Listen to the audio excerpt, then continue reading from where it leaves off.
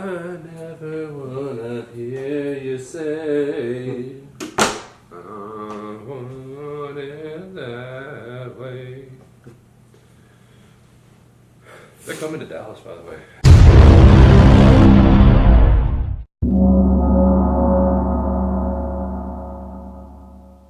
Hey, what's up, guys? This is Two Awesome Men. Welcome back. Also, that was a weird way to say it, but just so y'all know, we actually are. I feel very sick today. For some reason, me and Zach keep getting sick over and over again. Yeah, we keep taking turns too. Yeah, so I'm not feeling fantastic right now. But anyways, we saw the movie, the Escape Room. So The Escape Room is directed by Adam Robitel, who actually also directed Insidious 4, which came out last January also. yeah, and this movie stars Taylor Russell, Deborah Ann Wool, Jay Ellis, and Logan Miller. This movie, I actually thought this movie was going to be horrible. Yeah, it definitely did seem like just like a throwaway movie Yeah. from the trailers and just knowing what the movie's about. Yeah, and just watching the trailer, all I really thought it was going to be, it was just going to be some movie like kind of like Truth or Dare, which this movie is significantly better than Truth or Dare. I knew it was going to be, but it kind of like how I feel. It seems like a movie that kind of starts off with the title almost, Like I almost feel like people were like sitting around one day and they're like, "Yeah, be crazy if like there was like an escape room that actually killed you." Yeah. And like there it is, guys. Yeah, There's a movie idea, but I actually feel like it went a little deeper than that. Right, yeah, it was surprisingly better. I don't think it's like a great movie. Oh yeah, no. But it definitely isn't like a throwaway movie. They actually tried to have some substance in it, which I actually respect them for. Yeah, and so one of the main things I like about this movie a lot, and I will talk good about this movie, but I don't want it to go away from the fact that I don't want it to sound like I love this movie. I don't think it's a great movie. I really don't even think it's that much of a good movie. I just think it's a movie that's not good, but you can tell it really tried to be good. Mm-hmm. And so one of the main things I like about this movie is that, like I said a while ago, but like pretty much it gave you a reason that it was made, which some movies don't. Some movies don't give you that. Like I thought it was just going to be a random group of people that went to that escape room, right? But I'm not going to go into details, but they actually do give reasons for why these people are here. And it actually makes a lot of sense. And so for that reason, I can respect the writing for this film a little bit. This movie does remind me of a lot of kind of like a watered down Saw movie. Yeah. Where, there's a lot of like intensity in it. Yeah. But it actually does kind of delve into the characters.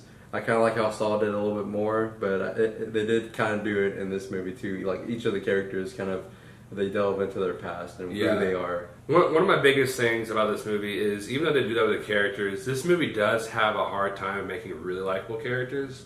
There is one character named Jay Ellis, the guy who Jay Ellis plays, who obviously is supposed to be he's supposed to just be this douchebag. Yeah. And that's just his character, so that's fine to just make this one jerk character.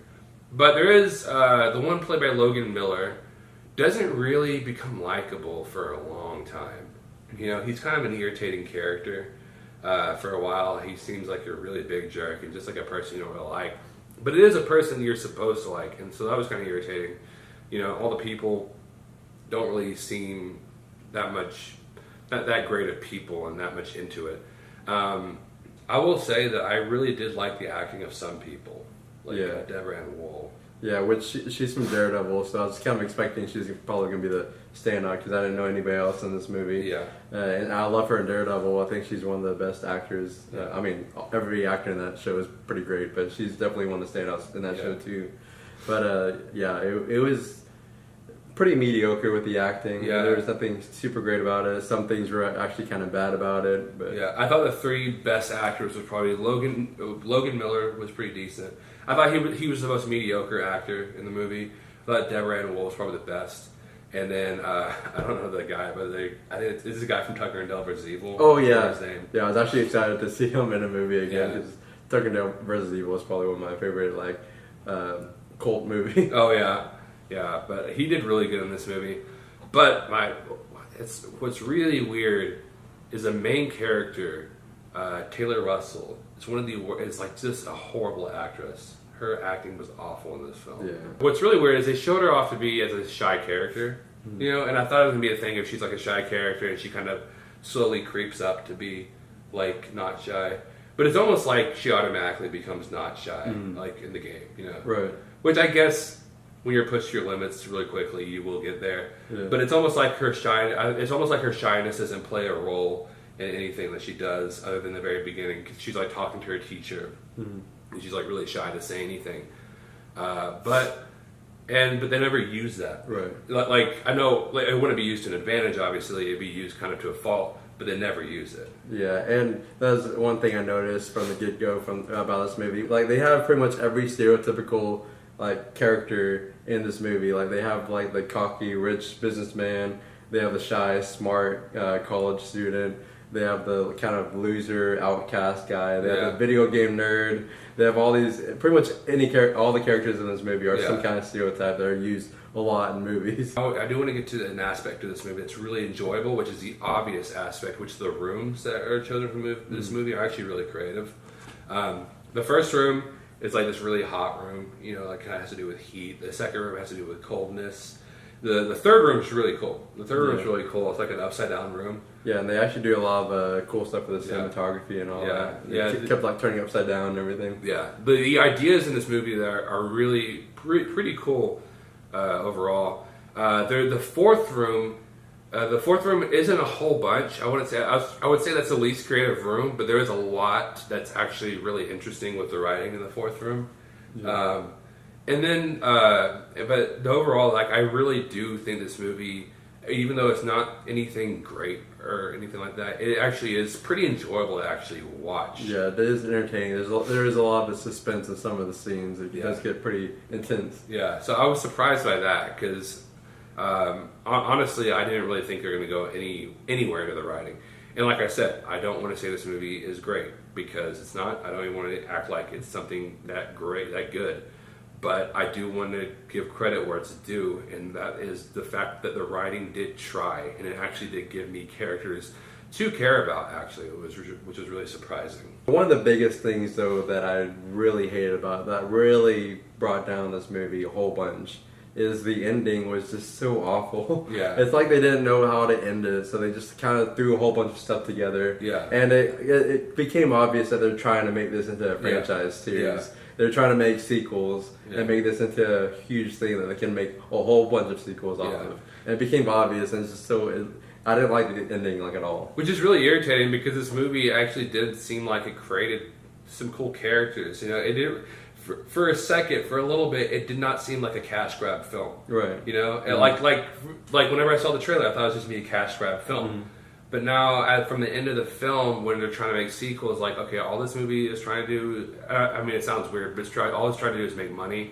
And I know, obviously, that's what movies are trying to do, but, like, that's was its only purpose. And that becomes really infuriating when you have a movie like this, where you see as a movie that's trying, but at the end of it, you're like, okay, it's not actually trying to do anything different. It's just trying to make another franchise. It had a part I feel like they should have ended at, you know, where nothing set up for sequels, you know, which is what they're going for.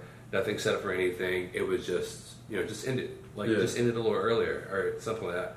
But the ending, it was just, not only did it set up for sequels, it was just so stupid and awfully written and so rushed. Yeah, the ending was out of nowhere. It was so stupidly rushed. Right, and also there's also something else that they had at the, not like the very ending, but kind of towards the ending, and they put it at the beginning of the movie. Yeah. Which I don't know why, because it took away a lot of the suspense and the drama throughout the rest of the movie, because we already know kind of how it ends. Yeah, and it's obvious. Unless you don't pay attention to it, because it's a character that's all through the movie at the very beginning, and so you're like, it's really irritating that they did that too. There was no reason to put that at the beginning of the movie. So overall, guys, this movie, it was not a good. I don't want to say that it was a good movie. I will say that it was highly enjoyable. It was extremely enjoyable with writing that actually showed me why it was made. It actually tried, and I do want to give that credit there. So I don't know if I'd ever see it again. I don't know if I would completely recommend it, but if you were going to see it, if you really wanted to see it, go ahead and see it. I think you might enjoy it. Yeah, and it was a lot better than I was expecting. It is kind of one of those movies that I'm probably not gonna watch again unless I see it like on TV late at night. Yeah. It is one of those movies that you can still watch again, still enjoy it, but not really a great movie overall. It's solid enough to rewatch again, but just not that great. We're gonna say that Escape Room is 58% awesome. Yeah, guys, I'm really hoping we actually do get to some better movies. We haven't really seen a really good one in a little bit. Yesterday we just watched First Reformed, which is actually one of the better movies we've seen in a little bit. So Extremely slow, but Yeah. it was still pretty good. It had great moments in it. yeah, but we are in January, so we are expecting to see really bad movies. And to be honest, this one take the cake for one of the best January movies. Yeah.